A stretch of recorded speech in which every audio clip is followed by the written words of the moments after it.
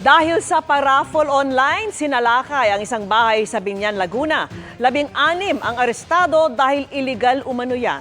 At nakatutok si Chino Gaston. Sa kalagitnaan ng live streaming ng online raffle sa loob ng isang bahay sa International Village sa De La Paz, Binyan, Laguna kahapon, Lahat ng cellphone, tanggalin. Sarap. biglang pumasok ang mga tauhan ng PNP Anti-Cybercrime Group sa bisa ng isang search warrant mula sa korte. Ang isinasagawang raffle daw kasi labag sa PD 1602 o batas laban sa illegal gambling. Illegal po yan dahil wala po silang permit sa PAGCOR, sa GAB. Sa loob ng bahay nakita ang premyong puting motorsiklo. Kinumpiska din ang mga printed tickets na may larawan ng kasali sa raffle, pati ang mga gadget para sa live streaming at ang tambyolo na gamit sa raffle. 7 babae at 9 na lalaking sospek ang inaresto ng mga pulis at kasalukuyang nakakulong sa PNP Cybercrime Headquarters sa Campo Crame. Tumangging magbigay ng pahayag ang mga sospek.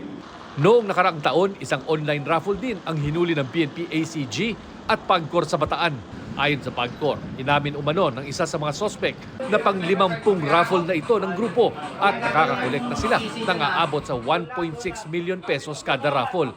Sa kabuuan, umabot na raw sa 80 million ang nakolekta ng grupo mula nang magsimula sila noong 2023. It's a game of chance actually. Maraming tumataya. And this is run by mga teenagers, mga kabataan. Ang pinakamatanda nga dito is 27 years old, may 18 years. Unregulated, wala man lang nagsusupervise. Who knows kung nire-rig nila yon or walang taxes. Hinikayat ng PAGCOR ang mga nagpapatakbo ng mga ganitong online raffle na makipag-ugnayan at humingi ng gabay sa PAGCOR sa halip na lumabag sa batas. Para sa GMA Integrated News, Chino Gaston, nakatutok, 24 oras.